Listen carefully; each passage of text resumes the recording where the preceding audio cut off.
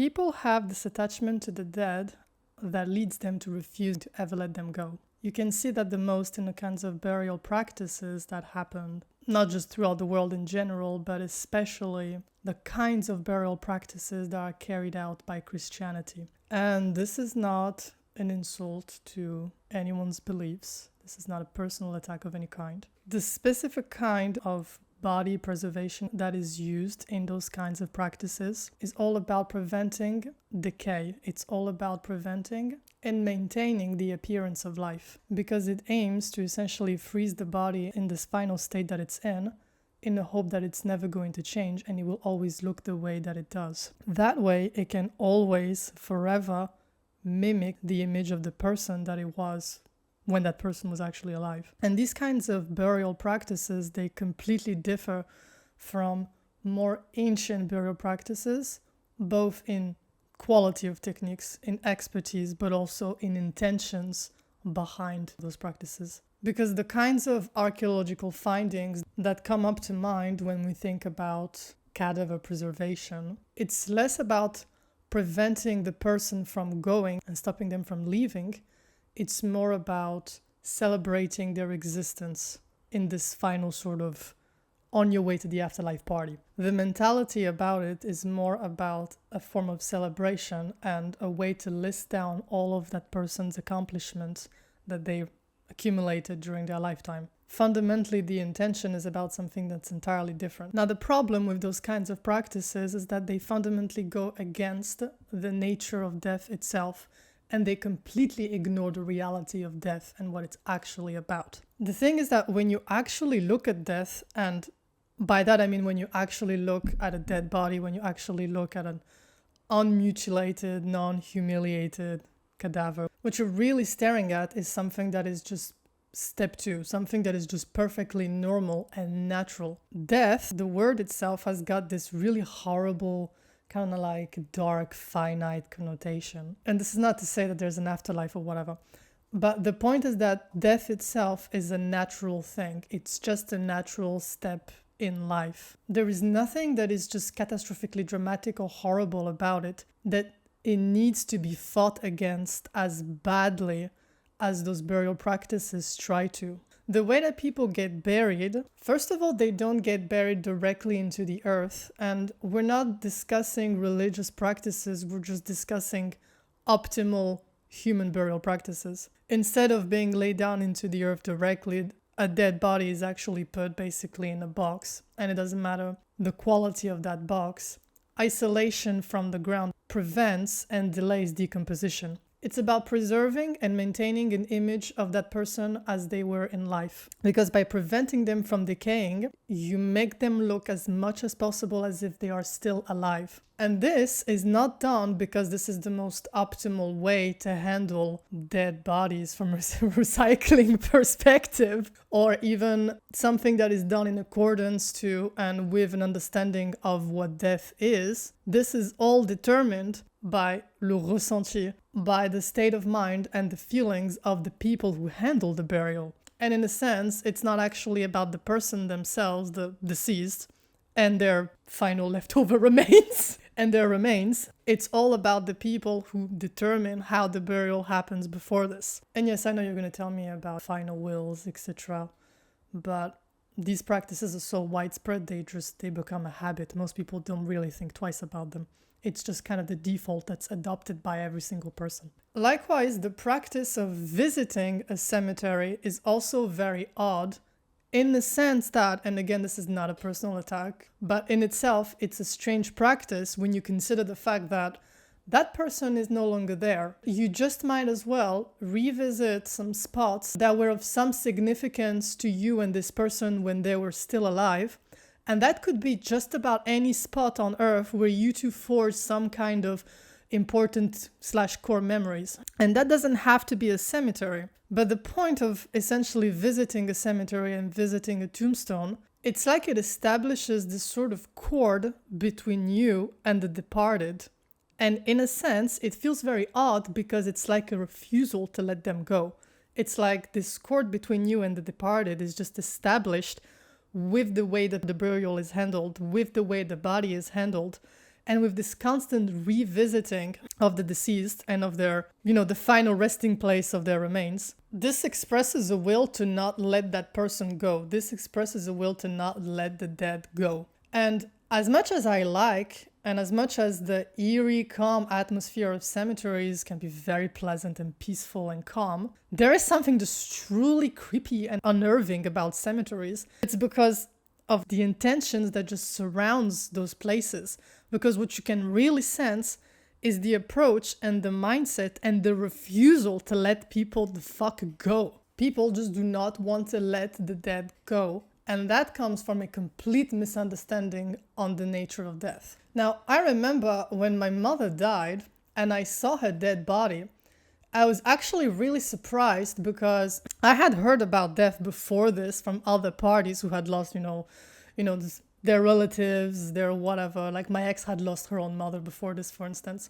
So I had heard about this stuff and I had absolutely no preconceived notions on how I was going to, how I was going to experience this stuff. And obviously I didn't plan that. I didn't really consciously understood at the time that my mother was going to die. I was just like, yeah, whatever. I was just living my life. And it's when it happened that I was like, oh yeah, okay, she's dead.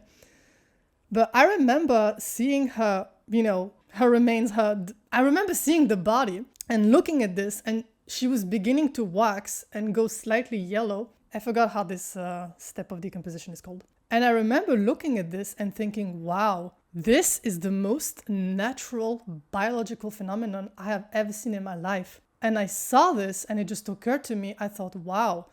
And this is when it just, like the nature of death just hit me. And I looked at this and I thought, wow, this is not that big of a deal. Everyone makes such a big deal out of this. And again, I'm not looking to insult anyone, okay? This is not judgment. But everybody, like people just make such a big deal out of this. And that did not prepare me for how I would feel about this, because the naturality of this just hit me on the moment. I thought, yes, this is a normal thing. There is nothing that is as staggeringly horrible thing or aspect to this whole process that's actually inherent to it. Nothing about this whole process is inherently negative the way that other people would have you believe. And when you look at this with a completely unbiased eye, because I didn't really have before this a very strong opinion about death, I just kind of didn't care. I mean, like everyone, I went through a period where I contemplated suicide because I thought, here are my options. I can stay alive or I can die. Let's, weigh out my options a bit. So I went through this pretty much like everyone else and elected to live. But when I saw this, it just hit me how natural this whole thing was. And to me, that was it. I had absolutely no problem beyond this. And I was like, yeah. Like, it was so easy. Like, for multiple reasons, for me, this was not a loss. For those reasons, and because of what I just explained regarding the nature of death, looking at this, it was so easy to just the detachment was just so easy. It happened by itself. It came accompanied with the sight of the dead body. It was all about essentially the biological phenomenon of decomposition and staring at it. First of all, what's visible about this concept, well, we all already know, it's a completely biodegradable process that agrees with the recycling processes that happen on Earth, and that does not impede or hinder or pollute nature and its functioning in any way whatsoever.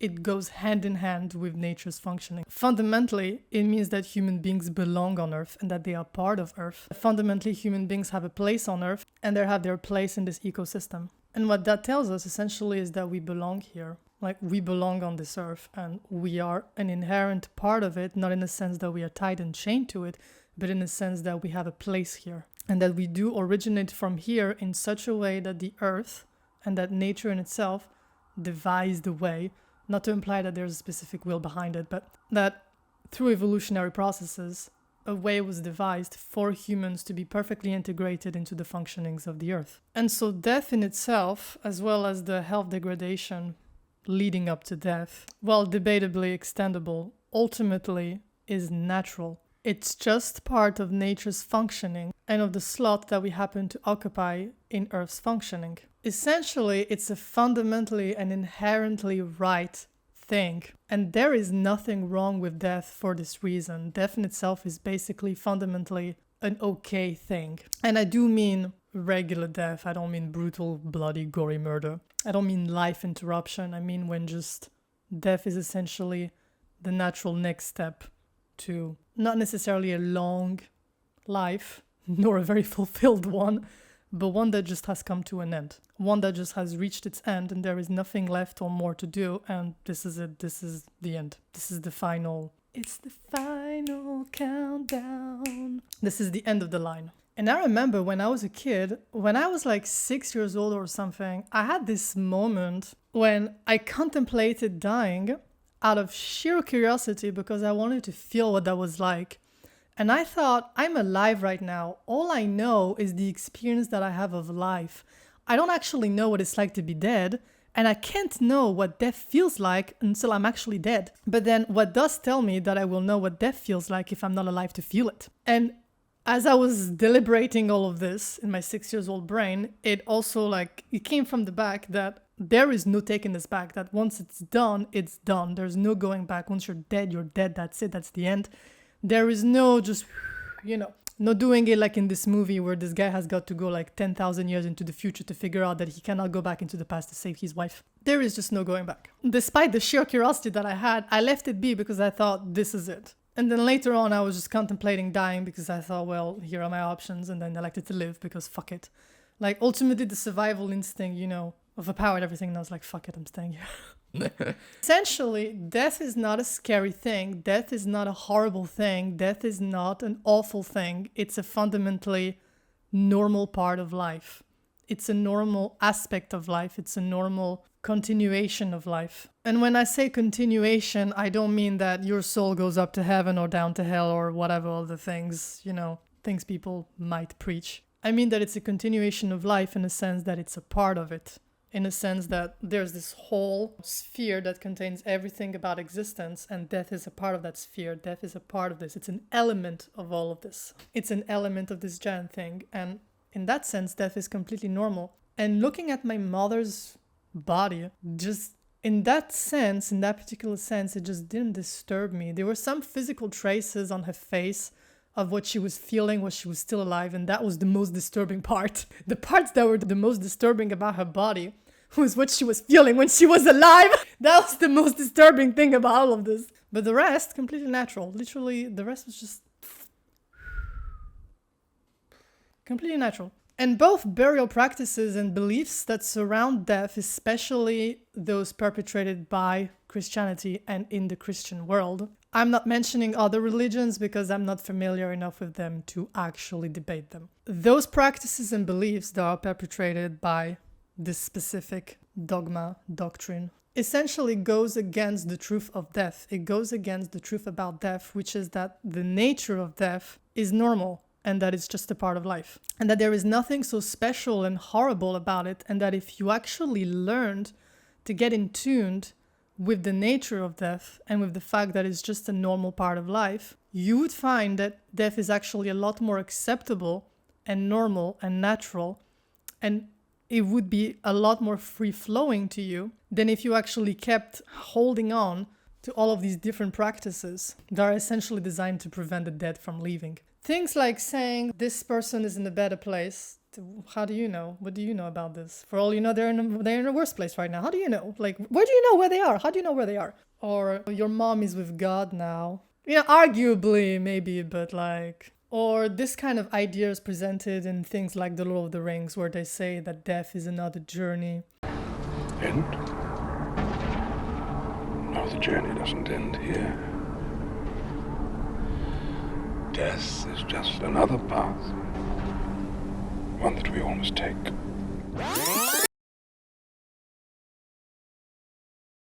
And other kind of mythological beliefs that death is basically an actual physical journey that your soul undertakes. I'm sure that these last 2 points, there are actually some merits to those ideas and you could probably debate them a lot. But when used in the context of trying to rationalize and explain death, it becomes a problem because you're not using the actual characteristics of death to explain death itself. You're using completely unrelated concepts. So instead of you explaining death with its actual definition, and by that I mean its moral definition, you're trying to justify it without actually describing and explaining its nature. Like, how do you know that your mom is in a better place? These things are designed to reassure the person who is still alive. But this doesn't matter. This person is gone. It's no longer your business. These things essentially create a sort of imprint. Like I said, an image of the person as they were in their final moment before death.